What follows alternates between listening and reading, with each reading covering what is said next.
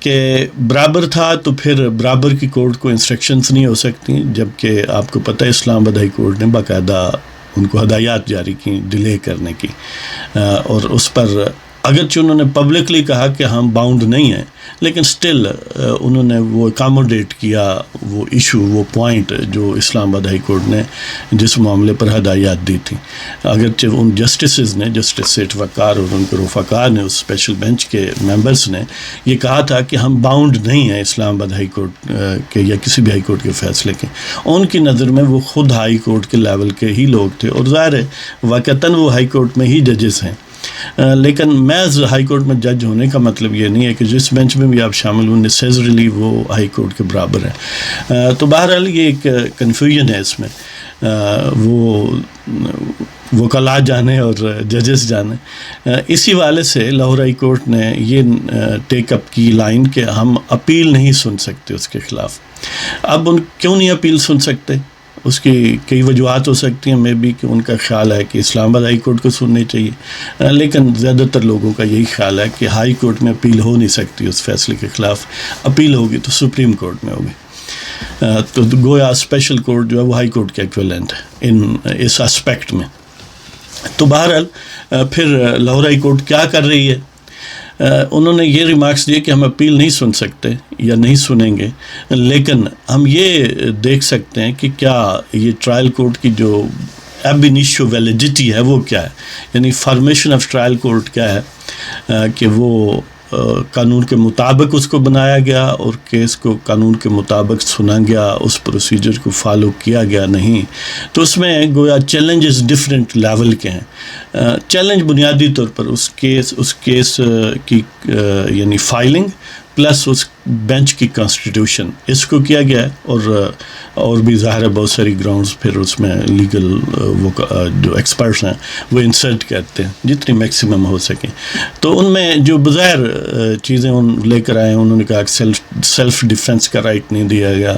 Due process نہیں follow کیا گیا، اور کانسٹیٹیوشن آف بینچ جو ہے یعنی کانسٹیٹیوشن آف اسپیشل کورٹ جو ہے وہ انکانسٹیٹیوشنل اور اگینسٹ لا تھا۔ اس میں یہ ایک پرسنل وینڈیٹا یا ایک گرج تھا اس وقت کے وزیر اعظم نواز شریف کا۔ تو اس طرح مختلف گراؤنڈز پر، اور ایک مثلاً اسی فیصلے کا، اس فیصلے میں اس پیراگراف 66 جس کا پہلے ذکر ہو چکا کہ برکت کے لیے اسے ڈی چوک میں لٹکا دیں، اس کا بھی گویا پھر اسیل کرنے کے لیے تو وین کرنے کے لیے تو کافی ہے نا وہ بھی۔ تو اس والے سے اب یعنی پھر ان کا ایک مسئلہ نکتہ یہ بھی ہے، وہ کہتے ہیں کہ جی ایمرجنسی لگانا تو کوئی ہائی ٹریزن نہیں ہے۔ اس وقت کوئی علی ظفر صاحب ہیں، ایکسپرٹ ہیں، قانون کے وکیل ہیں، تو وہ اتفاقاً موجود تھے کورٹ میں، تو اس کو بھی بلایا گیا ان کو کہ آپ بتائیں، ایک سمپل سوال کیا گیا کہ ایمرجنسی کی امپوزیشن کیا ہائی ٹریزن ہے، تو انہوں نے کہا کہ نہیں، میرے خیال میں ہائی ٹریزن نہیں ہے۔ تو میں یہ کہتا ہوں کہ ہائی ٹریزن پھر کیا ہے، کہ اگر ایک سپوز ایس پی صاحب اٹھتے ہیں اور پورے ملک میں ایمرجنسی کا نفاذ کر دیتے ہیں، اور اس ایمرجنسی کے تحت سیلف اسائنڈ اتھارٹی کو یوز کرتے ہوئے پورے ججز کو گھر بھیج دیتے ہیں، اور ساتھ اگر چاہیں جب سپریم کورٹ کے جج کو گھر بھیج سکتے ہیں، سارے ہائی کورٹس کے ججز کو، تو پھر وہ چاہیں تو اسی لیول کے ہی لوگ ہیں نا، پریزیڈنٹ بھی، پرائم منسٹر بھی، ان کو بھی بھیج دیں۔ تو گویا پھر ایبروگیشن آف کانسٹیٹیوشن یا ہائی ٹریزن یا سبوٹاج کرنا کانسٹیٹیوشن کو، سبورٹ کرنا، کیا ہوا، وہ کیا ہوتا ہے پھر؟ تو بہرحال علی ظفر صاحب نے کہا کہ ان کی نظر میں یہ نہیں ہے، تو اپنا کورٹ نے کہا کہ آپ ہمیں اسسٹ کریں۔ اسی طرح ایڈیشنل اٹارنی جنرل اشتیاق خان صاحب موجود تھے، تو اس والے سے بھی انہوں نے بھی اسی پر اب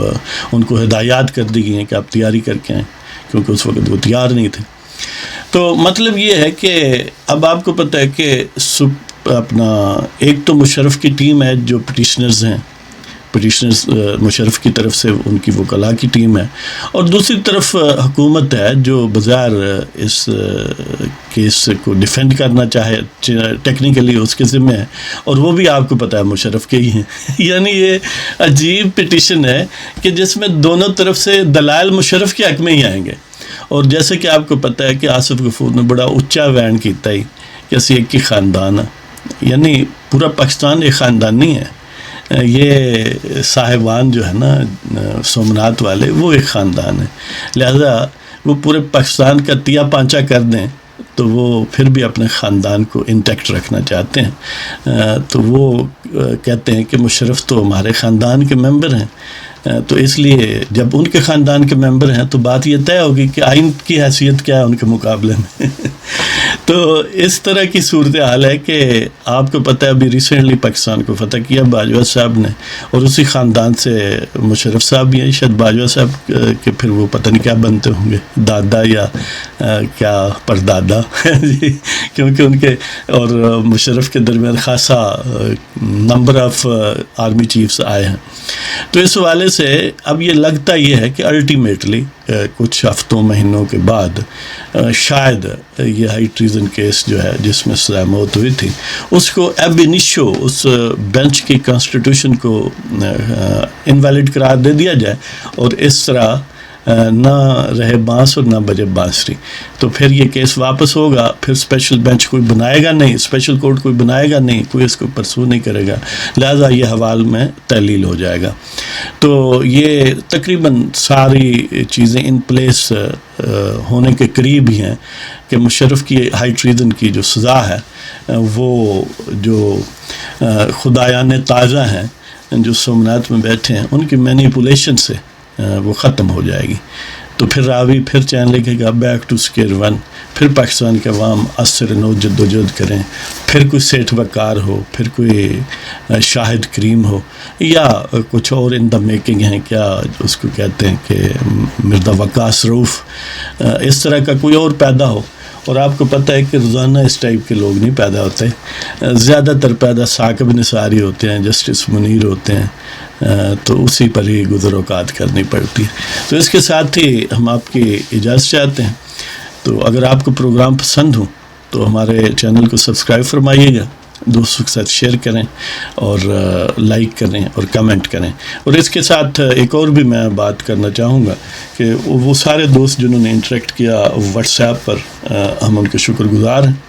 آپ اپنے کوئی بھی سوال بھیجیں، ہو سکتا ہے آپ کا نقطہ نظر